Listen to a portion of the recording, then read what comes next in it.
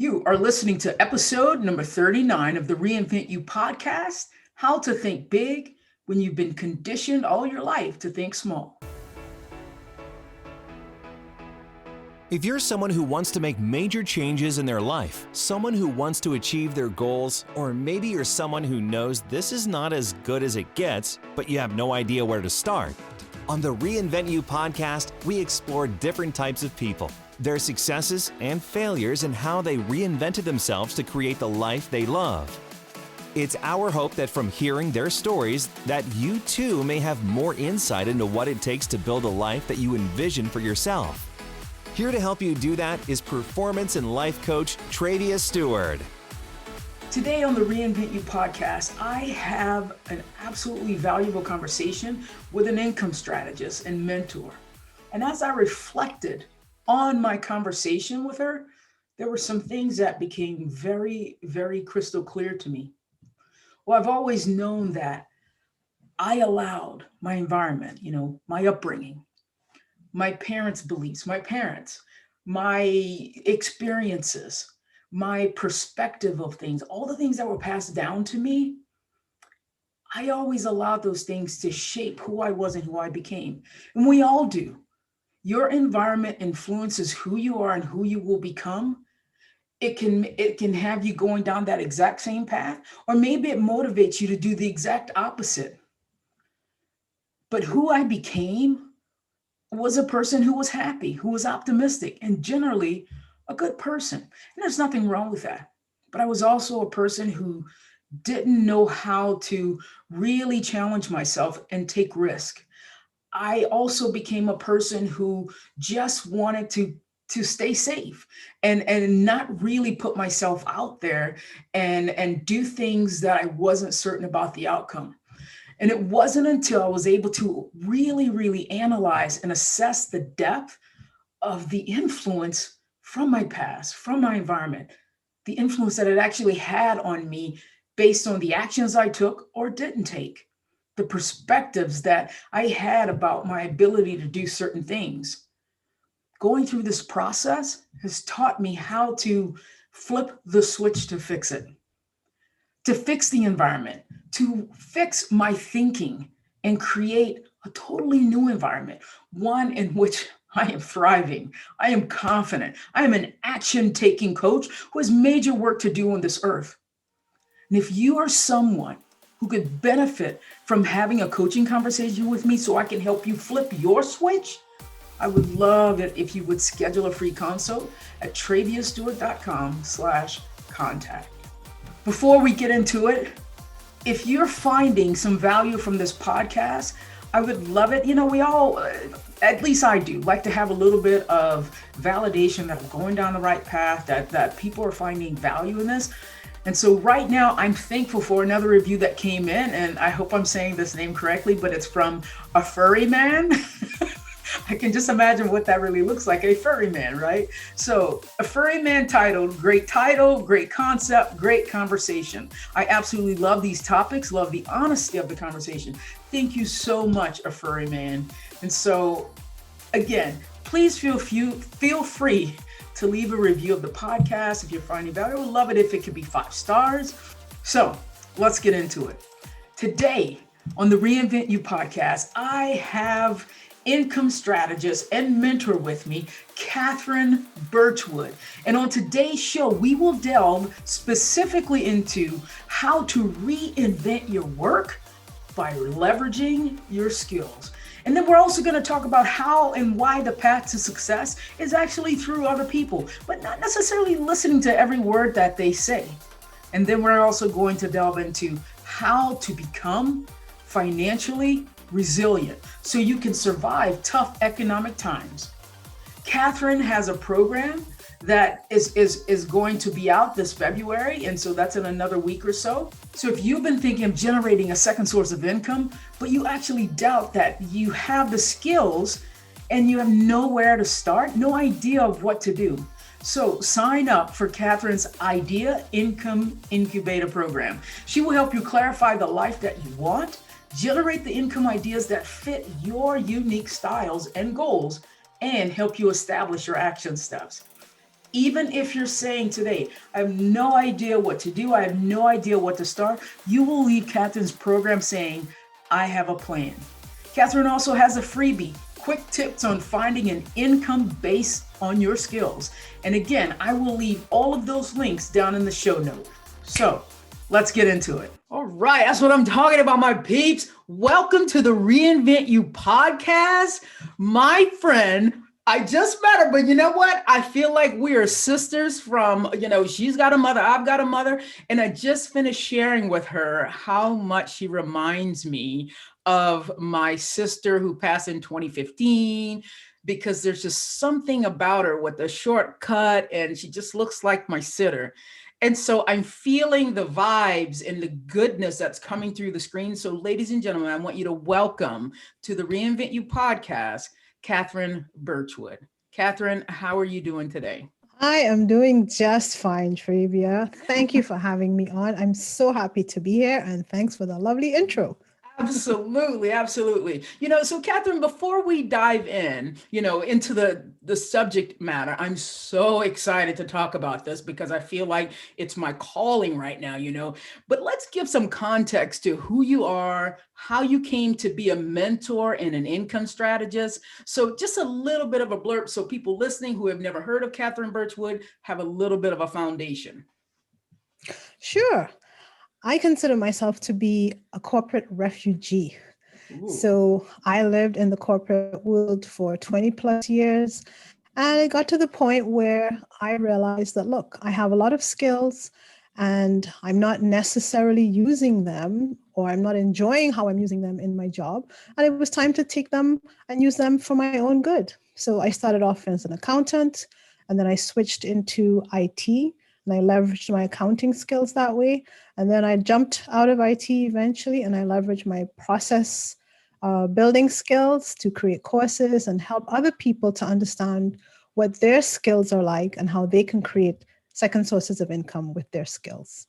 Wow. So that's why I'm an income strategist, because I help you figure out how to make income from your skills. And I'm a mentor because I hold your hand and show you how, just as other people in the marketing world have shown me. Yeah. So what's your motivation for that? Like, I know you're talking about leveraging your skills, but what would be your big why? It's like, why now? Why do we need this? Why does anybody need this? I know you predominantly work with women. What is your why in dealing and throwing that out? My personal why, I have to say, is because I like to be in control of my life. And when I sat down and I looked at it, I said, you know what? Yeah, I've done all these different jobs, and after a while, you start dragging yourself, and then you switch jobs, etc. When you are an employee, your employer is in charge of you. Yeah. And I need to be in charge of me. So it was to the point where I said, you know what? You get to a certain stage in life and you think, can I do this until I'm 65? And you realize, no, I can't do this. I got to do something else. So it's about being in control and being in charge of my own destiny. Oh, I love that. That's what it's about for me. And I like to help other women. Absolutely. To be in charge of their own. Okay.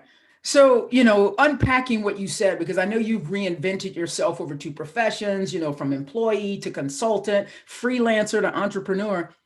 But how do you not be content with being in a job where you're going to receive a paycheck, where you're going to be able to put food on your table and have a roof over your head, because that's a, quote, guaranteed check unless you screw it up and they fire you.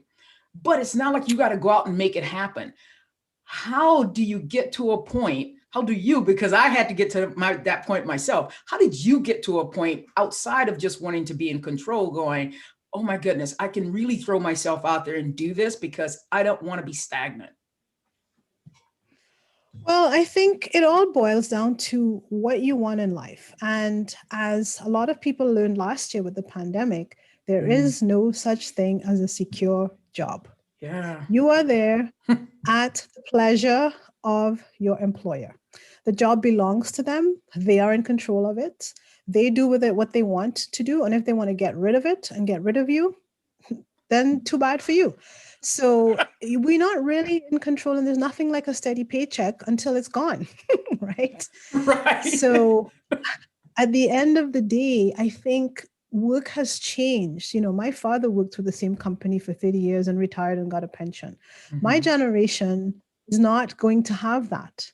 And not only that, we don't stay in the same place. We jump around. I've had how many jobs? I can't tell you. So it's about figuring out or deciding what you are going to do for you when you look at the way the world is going and you realize that you don't really have any security. It's an illusion. And employers want us to think that so that we stay there forever doing their bidding. And I'm not telling anyone to quit their job, but all I'm saying is make sure that you are not relying on something that is inherently unreliable. And that was what I came to. I realized that, recessions come, jobs go, clients come, clients go. At the end of the day, all you have that you can rely on is you. Yeah. And when you build up enough skills, you can find a way. You can find a way. And as I sit here and listen to you, thinking back the person that I was 12 years ago, when I think of some of my immediate family members, no one thinks like that. No one in my environment or my neighborhood, not many people in my family. There are a few, but the people in my family are like, this is what I have. I have a job, keep that job. I always think about my brother. My brother's goal, he went to college for like one semester. He came home because he just, he didn't want to go there. And that's fine. And then he worked for like someone else for like most of his life. And then he said, oh, I'm going to quit that job because I want to start my own lawn care business. Oh, absolutely, do it. Well, he had no idea how to do that and nowhere to seek the help to do that. So he gave up on that idea in about 2 days and then said, my dream job is to work for the parish, which is a county, like a county in other states. Wow. Yeah, it's like, they're like manning things in the parish, whether it's, the cattle, those. And I was like, wow, that's my brother. How do you, get that message across, like people in your family, the people that you're closest to, that there is more for us? How do you do that? Well, that's a tough one because people have to want. You can't want for them. Yeah. Right. And I was fortunate to be brought up with a father who always raised us to think big, to not be stuck. And then being born and raised on a little island, a twin island state, his mentality was always, the world is not just this. There's a big world out there. Get out.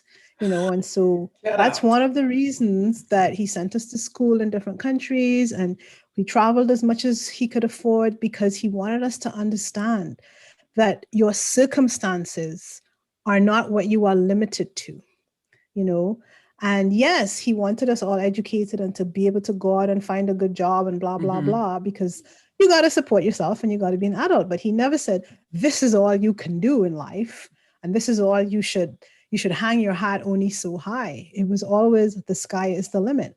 And so you have to really think to yourself always, what else can I do?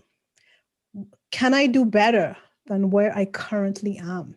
As he always used to say, when you know better, you do better. Do better. Right? And that each generation had to do better than the previous one.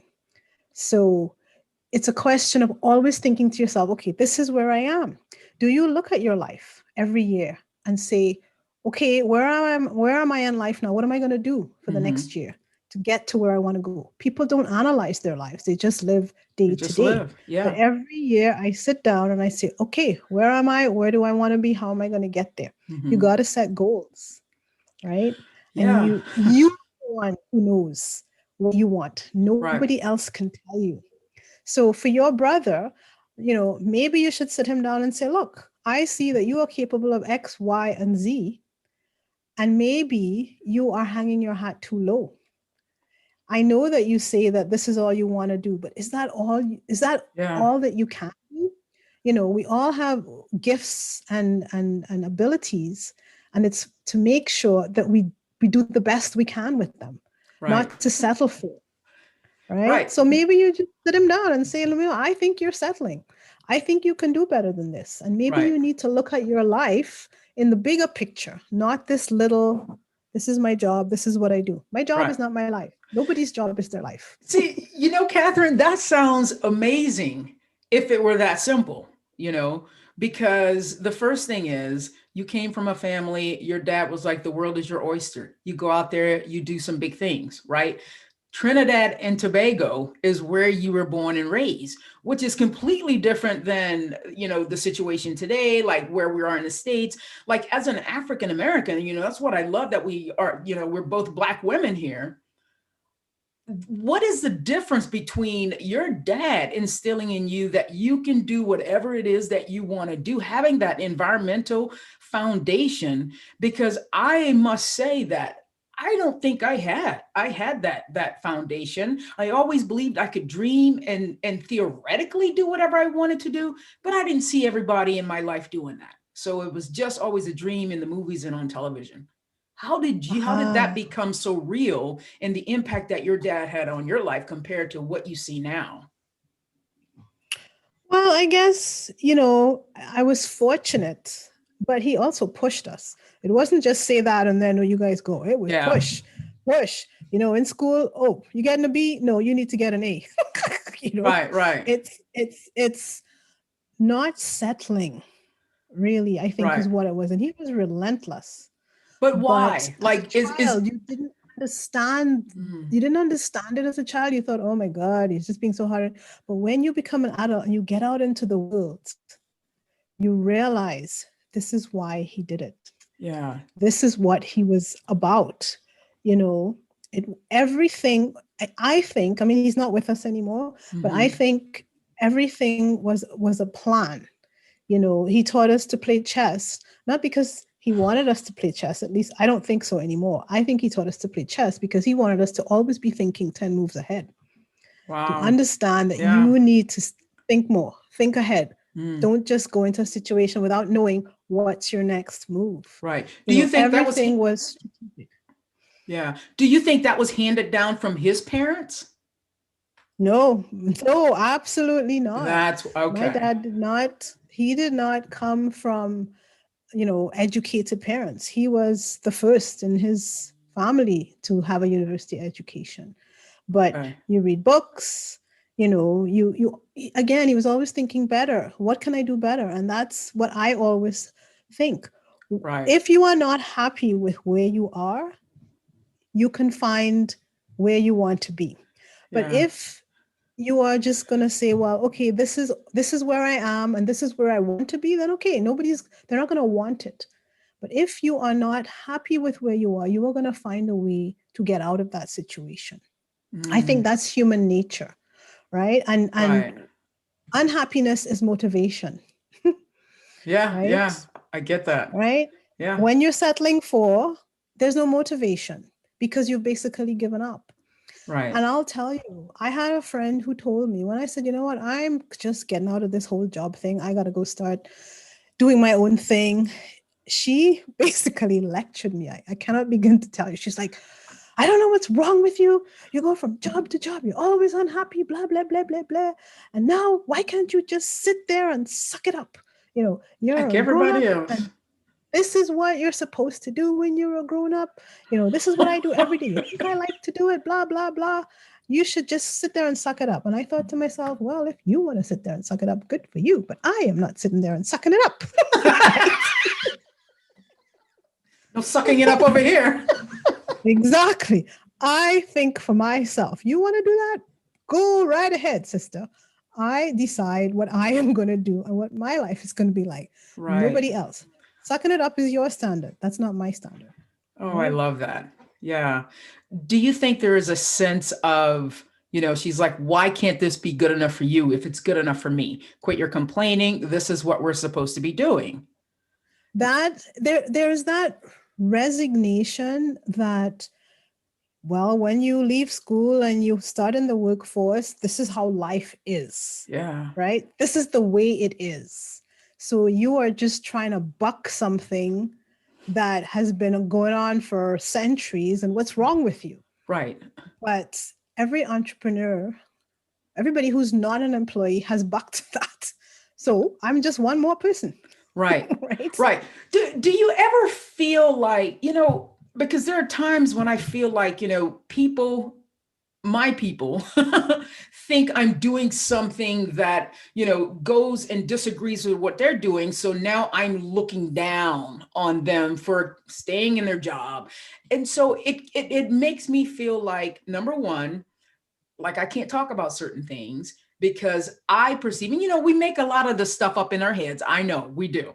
But I feel like sometimes it's like, oh, I shouldn't talk about that because I know 100%, again, in my head, that they're going to think that I feel like I'm better than they are and I'm putting them down by doing this, And so I feel like because I don't openly share how I feel and what I'm doing, like with my people, with my family, with my brothers and sisters, I feel like there's an internal conflict of me holding myself back with expressing it, but also not sharing the goodness with them enough. Do you think that's prevalent in the Black community where, are we holding each other back? Are we not offering enough to one another so that we don't want to be crabs, right? We want to all succeed and get to the top of the mountain. What do you think about that? I don't know if it's specific to the Black community. I think it's human nature, right? The person who does something different is the pariah, right? What's wrong with her? And I have learned certain things I say in front of certain people and certain things I just don't. That's just the way it is. And I'm okay with that. Find my tribe. Right? Yeah. I find the tribe I can talk to about whatever. Like that friend who was telling me to suck it up, I'm not going to talk to her about this kind of stuff. Right. We'll still be friends, but that's just not going to be part of the conversation. Okay. But the people who support me, the people who, or certainly are not negative, are the ones that I'll say, hey, this is what I'm doing. And I mean, as you know, it's not all up. There are ups and downs, peaks and valleys. Right. And sometimes things are rough. And I say, well, okay, this is not going so great. Or I thought I would get this done by now. And it's still, I just think that you need to find your tribe. But your tribe is people, it's about how they think. It's not necessarily where they are. Because you can have people who are sitting in jobs or settling for at the moment. But if they are thinking, I can do better, I need to do better, then that may be your tribe. They're just in a different place from where you are. Right. But it's not about looking down on people. I believe it's about choice. Everybody has choice in life. My thing is, you choose to do that, I choose to do this. Neither one is better nor worse than the other. They're just different choices. Just different choices. Right? Yeah. Different lives, different choices. Yeah. But the way I look at it is, I have to make the choices that when I get to the end of my life, when I look back, I'm not going to regret. And I would regret if I settled for, if I sucked it up, right? And so for me, it's about when I'm 99 years old and sitting on my rocking chair, am I going to regret that I stayed in that job? Or am I going to regret that I left it? And I'm never going to regret that I stayed in any job. Because the way I look at it, as I said to my friends, jobs are everywhere. Well, they were before the pandemic. Everywhere. Why am I going to stick myself here? If I don't like this one, there's another one out there. There's a million of them. I can always find one. Right? So it's about what is it that you want out of your life? And that's why I always say not to listen to people because they don't know what you want. You're the only one who knows what you want. Oh, that's good. So not to listen to people, but you believe that you need people. The path to faster success is through other people, but don't listen to other people. So what's your clarity with that? It's contradictory, but I say the path to success is through other people because nobody's an island, right? Nobody is where they are because of their own steam, right? The person who is the Nobel Peace Prize, the Nobel Prize writer, had an English teacher in primary school who got him started or whatever, right? We all came through some form of community. Right. And then even in the workplace, when you start working, there are people who show you the ropes. When you come out of school and you start working, you don't really know anything. Even if you've gone to university, you don't really know anything until you start working, right? Right. Somebody has to show you. So you have to listen to people for certain things, and you need their help. Even when you join business, I don't do everything alone. I have people that I partner with, that I run things through, that I bounce things off of. Somebody's done this already. Why am I reinventing the wheel? Hey, what did you do? Yeah. Right? So you need people, but at the same time, you should not listen to them. And I'll give you an example. Years ago, about 10 years ago, I moved up north to Yellowknife. That's in the Northwest Territories in Canada. Okay. And I just went up there before. I said, okay, I'm going to move, but I'm going to go up in the summertime, of course, when it's warm. And I'm going to start looking around, see if I can find some work. And I had one friend up there, and he put me on to some other friends. And I remember talking to one girl saying, okay, do you know anybody? Do you know anywhere they're looking for this kind of help? Because at that time I was in IT. And you know what she said to me? She said, well, why don't you just come and waitress until you find some work? And I just thought, why am I going to come and waitress? Why am I going to leave a good job, paying me good money, waitress. Come and waitress? But that's where her ceiling was. And that's why I say, don't listen to other people, because their ceiling is different from yours. Yeah. Right? If I listen to her, why would I go and move halfway across the country? It's like, I don't know, it's 4,500 kilometers or so. I don't know how many miles that is, maybe 3,000 miles. Go all the way across there to go on waitress when I'm not waitressing here. I'm not waitressing anywhere. Right. I'm not looking down on waitressing. I'm not looking down on it at all. I'm just saying, why set your sight low when you can set it high? Right? In end, got the job in the area that I wanted. I'm not even going to consider waitressing. It was just so out of consideration for me that I just thought, no, I am not. When she said it, I was kind of like, huh, what? Yeah. And so the other thing people put on you is not just their ceilings, but their preconceived notions. And, we all go through this as Black people, where people decide who you are and what you can and cannot do just by looking at you, right? And I remember there was a case here that I heard about last year or so.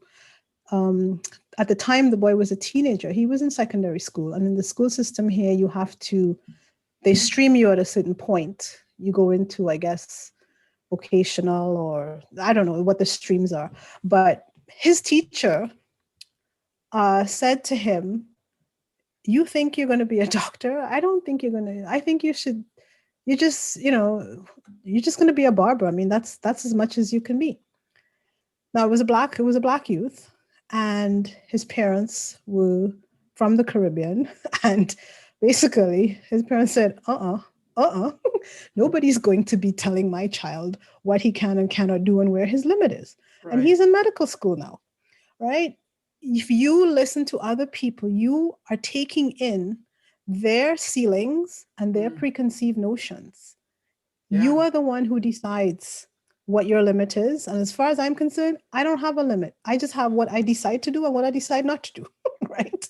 Yeah. So that's why I say that you need people, but you need also to know what to listen to, who to listen to, right, and who not to listen to, and what not to listen to. 100%. Totally get it. Thank you for clearing that up. I love that. And I believe, again, everything happens for a reason. And so just having someone like you in my circle of influence, where we can influence each other, that there is no ceiling. We can do some great stuff, right? What age did you move to Toronto from Trinidad and Tobago? Well, I'm not going to say, because then you'll know how old I am. Got it. But okay. I'll tell you. I'll tell you that I've been here for 24 years. Oh, okay. We don't need to do math. I went to university here. Okay. Got it. Yeah. What, have you ever been to the States? Have you ever been in the United States? Oh, yeah. I visited. I have a sister who lives in California, and a brother in New York, and another brother in Boston. Perfect. So you're aware of the 3 different countries. culturally, like, what do you think are some of the differences, like things that you hear between like Trinidad, Tobago, Canada, the United States, like entrepreneurially, like where people think their ceilings are? Do you think it's limited to location?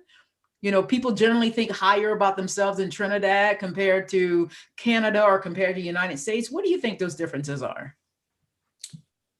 They think higher, they think differently. And I'll tell you why. Like I said, I came to school here at 18. Mm-hmm. And I was never so aware of the color of my skin until I came to Canada. Yes, of course I knew what color I was. Yeah. But only when you come here and you're a so-called minority, and then you meet people who ask you questions that you kind of wonder, why are you asking me that? Because again, I'm coming with a different paradigm, right? I am coming from a school system where all kinds of people excel. And then I come into a university system where they don't think you belong there, or they're surprised that you can speak English. Or, I had one professor who, by then I was in my last year and I did accounting, and I was the only person who looked like me in the class. And we had to do this paper, and I didn't finish the paper, but I submitted as much as I could. And so he's handing them back and he's calling the names and people putting up their hands for him to give them the paper. And when he came to my name, I put my hand up and he looked at me and he said, "You're Kathryn Birchwood?" And I just thought, why would you question that? Everybody else put up their bloody hand and he didn't ask them if they were who they said they were, right? But it was because I had the best paper, even though I didn't finish it. Mm-hmm. And he didn't think somebody who looked like me could have the best paper, right? It's that kind of thing that made me open my eyes. That would never have happened back home. You're a good student, you're a good student. Doesn't matter what you look like. Right. But here, people cannot wrap their heads around somebody who looks a certain way that is different from me can be as good at this subject or better than or whatever. It's like everybody's thrown into this monolith where we're all the same, where this one-dimensional thing, whereas everybody else is allowed to be multidimensional. And that's the big difference, I think, between living here and there, and I have been to the States. I've worked in the States. When I was in consulting, I worked in Florida for a bit. And I remember somebody just came and said, "There's a package for you in the mailroom." And so I went down to the mailroom and the man behind the counter I told him, there's a package for Kathryn Birchwood. And he said, "Yeah, it's for one of the consultants." And I said, "Yeah, that's me." And he said, "Oh, you're the consultant?" And I'm like, why is this even being questioned? Right. So there is that thinking that when you look a certain way, you can't be certain things. Yeah. Right. Well, sorry, everybody doesn't play basketball, Yeah, true. It's this kind of one-dimensional thing where if you don't fit in the box, and a lot of times I don't fit in the box, right? And they don't know what to do with you.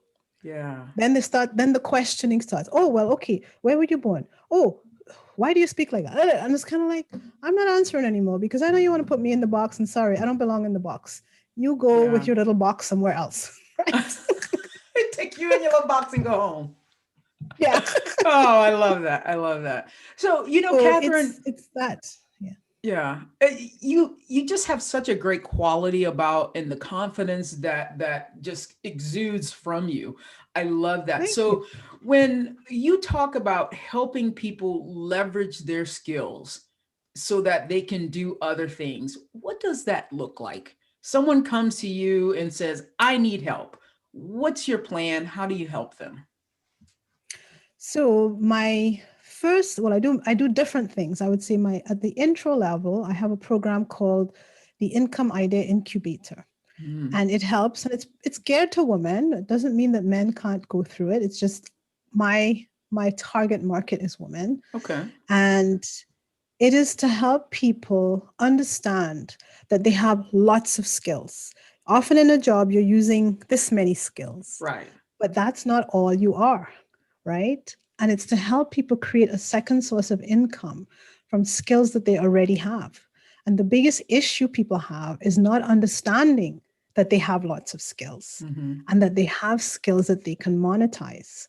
So I take them through a process of an inventory of their skills. We look at, okay, what can you do? What do you like to do? What do you really want to do with your life, right? Because first we look at, what do you want to do with your life? Forget about the skills and the income. What do you want in life? And I have 8 categories that we go through. And then we look at, okay, what are your skills? What do you like to do? Who do you want to work with? And do you want to work with people? Do you want to work with animals? People want to do different things, right? And basically, I remove that ceiling that they keep putting on themselves, that this is all I can do and that it has to be related to what I do or what I got my degree in or whatever. Man, if I thought that way, I'd still be sitting in accounting bored out of my mind, right? So I take them through that process to figure out what their skills are and how they can monetize them. Because I really do think that people need to always have a backup source of income besides their job. And the pandemic has illustrated that, right? It's unfortunate that so many people are on unemployment and now on food banks. It's very, very sad. You know, if you had that backup, you at least have a little bit more financial resilience, you know? Right. What's your definition? How would you define being financially resilient? It's being able to weather financial shocks without a huge change in your lifestyle. So yes, everybody has to adjust, right? When you lose a job or you lose a source of income or somebody gets sick, like with this pandemic, we always have to adjust. But when you're dependent on one thing, you're not really financially resilient, because when that one thing goes, what happens to you? That one thing being your job, right? So financial resilience is having multiple sources of income or assets that you can depend on when there are huge economic shocks to your country and yourself, right? Because sickness doesn't affect your country, but if I got COVID tomorrow, you know, that's affecting me only. Right. And if you don't have a job and you don't have sick leave, what happens if you get COVID? Right. Money-wise. Yeah. So what does that exactly look like? Do you teach people, it's like, this is how you do currency trading. Here are, you should be in stocks and bonds, so people are going, well, what does that look like? That sounds good, but what are you going to teach me to do? How can you teach me to be more financially resilient? Well, I am not a qualified, I guess we call them certified financial planners here. I am not. So I certainly do not advise anybody about how to manage their money. I personally trade the stock market because I learned to do that. It's one of my many skills. Nice. But what I help people understand is how to turn their skills into another source of income. Got it. So that you can, when you lose your job, you still have another source of income. And you can have multiple. There's no limit. We start with one, of course, because you got to focus. You can't be all over the place, right? Right. But I'm planting that seed that this is possible. So that when we finish with one, you know how to go and do 2 and 3 and 4, because there is a method to it. And you just follow the same method. Right. And so the reason that I focus on what people want to do and like to do is because that's what they will stick with, right? There's no point going and creating another job that you're going to be dragging yourself to. Focus on what you like and what you feel called to do. Of course. And that will carry you through, right? And so what they choose to do is up to them. Somebody might decide, well, okay, I'm going to go learn currency trading. Somebody might decide something else. I'm not saying yes or no. I'm just saying, take stock of your life. Take stock of what you want. Take stock of what cushions you are providing for yourself, right? Nobody could see this pandemic coming. We knew one day there was going to be some disease, but we didn't know when, right? But if you have that, you're not really kind of holding your head and crying, because you have something to fall back on. Absolutely. Right? Yeah. So someone could come to you with just a simple idea and go, I have no way. I just feel like, boom, I should be doing this thing because I Yeah. felt great when I did it in seventh grade. And you can take them to a full-blown plan. Is that correct? Yeah. Yeah. I take you Okay. from even I have no idea to I have a plan. Okay. Right. And sometimes somebody could come and say, this is what I'm thinking, but end up with something totally different Right. because they haven't really taken stock of the big picture. They just have this idea, Mm-hmm. you know, like somebody who went through my incubator course, she came to me thinking she was going to do event planning. And this is before the pandemic. Mm-hmm. And when we were done going through the process, she's not doing event planning. She is taking a specialized skill that she learned at work that not a lot of people have. And she is going to offer that as a service to specific types of business, right? Event Yeah. planning is gone down. She was like, I never thought I would come up with anything so different. And I said, that's the value of understanding the big picture of you, all of your skills, Right. right? Right. So that's your digital product, right? And people can find that on your website. Why do you think you chose women instead of just people? Because I know you said men can do it too, but why did you Yeah. like specifically go women? Yeah, I don't want the brothers to feel left out. Right, But right. I chose women because we are the ones who are more financially impacted. The jobs report came out last week or the week before, and there were 140,000 jobs lost, and all of them were women. All. For last year, women lost 1 million more jobs than men did. Wow. They are calling this economic downturn not a recession, but a she-session, because women are the ones who are harder hit, right? Between Right. having to quit your job because your kids are on Zoom school to losing it anyway, right? A lot of these people especially in lower paid jobs are women, you know. And so women are harder hit financially right now through the pandemic, but even before that, we earned less. The gender pay gap, you know, in 2020, equal pay day was March 31st. And we are earning 82 cents on the dollar that a man is earning. Right. So we're earning less, then we have to be out of the workforce more because we're carrying the burden of childcare. And that translates into the future. Because we earn less, we save less for retirement. We're more likely to be financially strapped in retirement. There are so many more reasons for women in particular to make sure that they have more than one source of income. Because at the end of the day, we have to stop working. And when you stop working, if you don't have retirement income, how are you going to live? You know, this is why we have all these seniors going to be greeters at Walmart. They do not have income. And retirement is about income. It's not about saving a pile of money and expecting to live off the interest, because the interest rate's practically nothing. It is about making sure you have income, right? To live. So women, because we're always financially behind, that's why I focus on them. And let's not even talk about divorce, because divorced women also suffer. So it's not that I'm leaving out the brothers. It's just that I think they don't need the help as much. Got it. Got it. Wow. So, you know, we're recording this in January. What does your planning look like, you know, as an income strategist and mentor? Do you have a certain process where you set goals, you set your vision?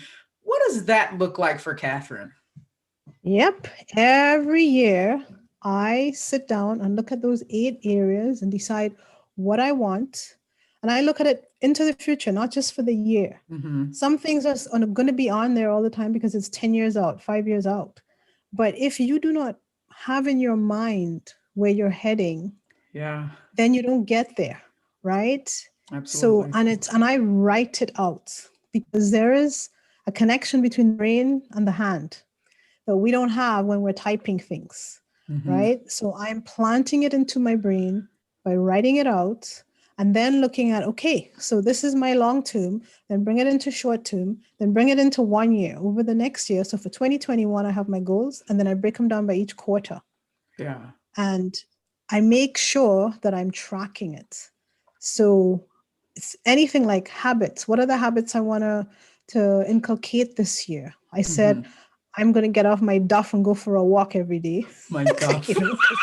You can sit on this computer forever, right? Oh my duff. Because you're in lockdown, and it's like, well, no, you need to move your legs. You need to get in some sun.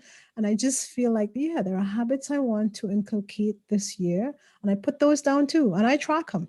I use the Clever Fox Planner because to me, it has everything that I need.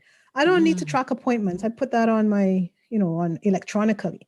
Yeah. But in terms of what's my 4 key things for this week, for this month, for this quarter. Right. Yeah.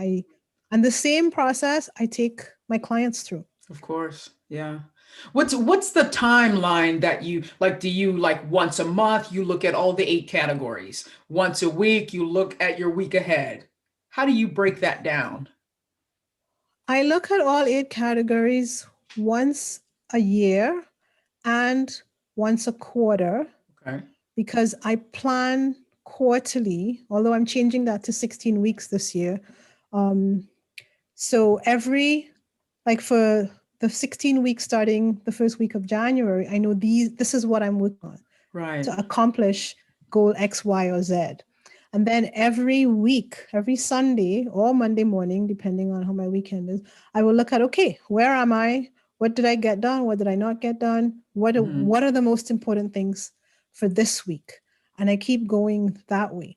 But in terms of the overall vision, what I do is I write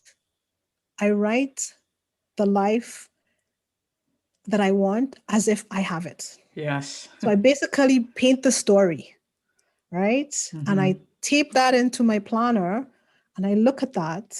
I read that once a week. I should be doing it every day, but I read it when I'm looking to plan my week to remind myself of where I'm going and why I'm doing this. So it's multiple layers of planning and fixing it into your brain.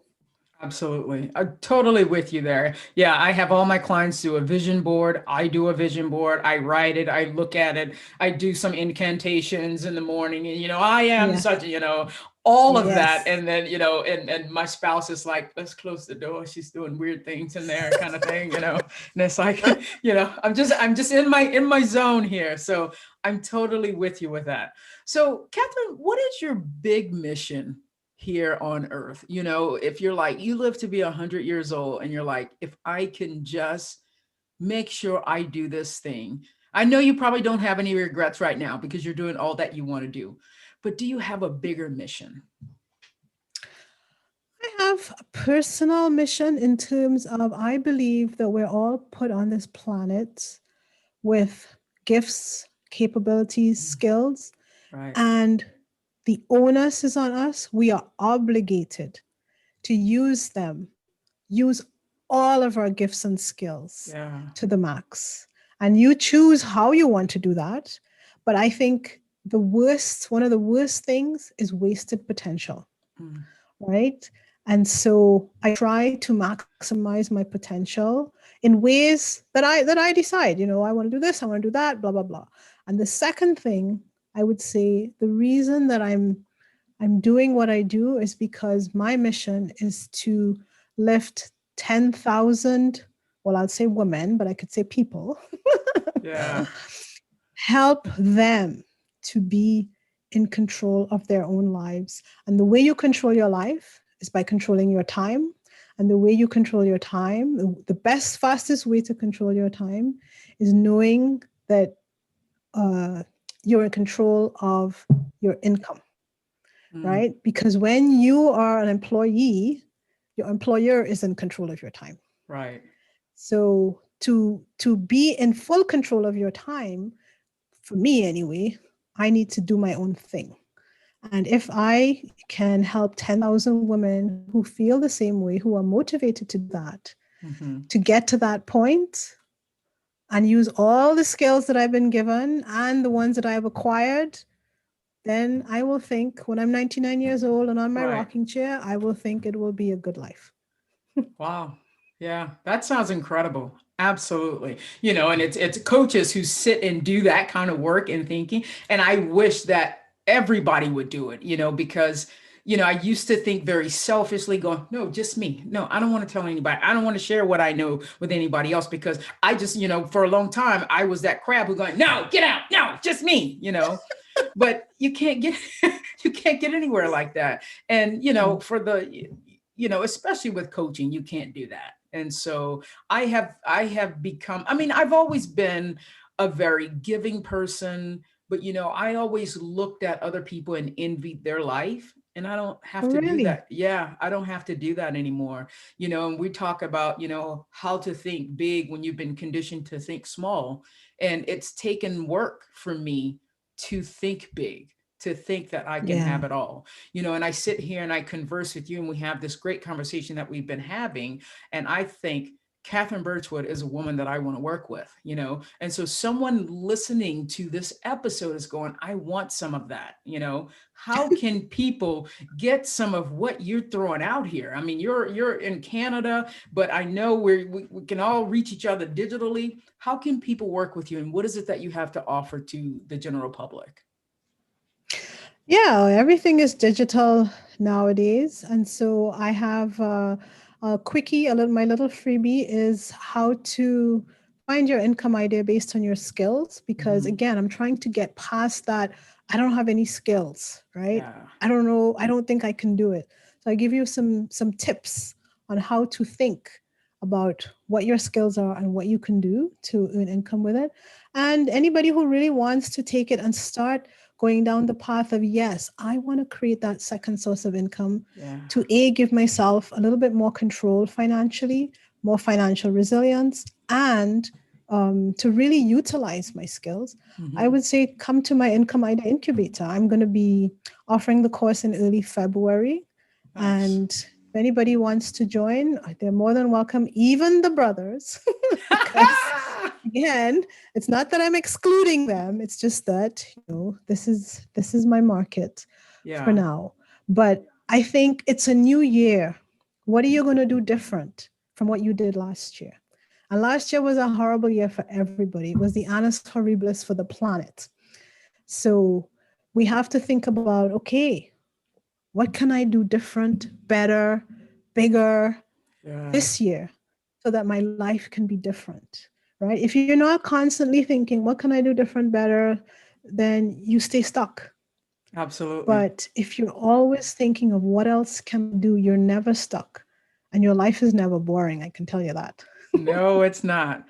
Wow, I love that. Kathryn, thank you so much. Everything that you shared today, with your idea incubator, program, I think can really make a difference in a lot of people's lives, and Yes. I love your approach and your attitude of just wanting to do more, always striving to do more. A lot of us think that in theory that, oh, let's be more, but we don't take the action that says, I am going to do better than I did last year. How can I make this year better?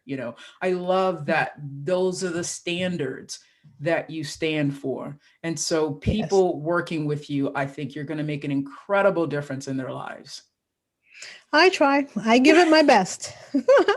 I try. I bet you do. Well, thank you so much, Kathryn. This has been a blast. And I will make sure I have all of your information down in the show notes where people can connect with you and find you. And so right now, your only place that you want people to connect is through your website, correct? Yes. Yes. Okay. And what is that website one more time for somebody listening who's pulled over on the side of the road now to write it down? Oh, I don't, it's a bit.ly link. I don't remember it offhand, but I'll give it to you so you can put it down below. Absolutely. I'll put it down in the show notes. Okay. Yeah, all right. Thank you so much for inviting me. I have enjoyed our chat, as I knew I would. Absolutely. I knew we would too. So cool. Thank you so much, Kathryn. Thank you so much for listening. If you even want to know more about what I'm up to, head over to traviastewart.com. And if you like seeing the videos of the podcast, every episode is on my YouTube channel. Take care, guys.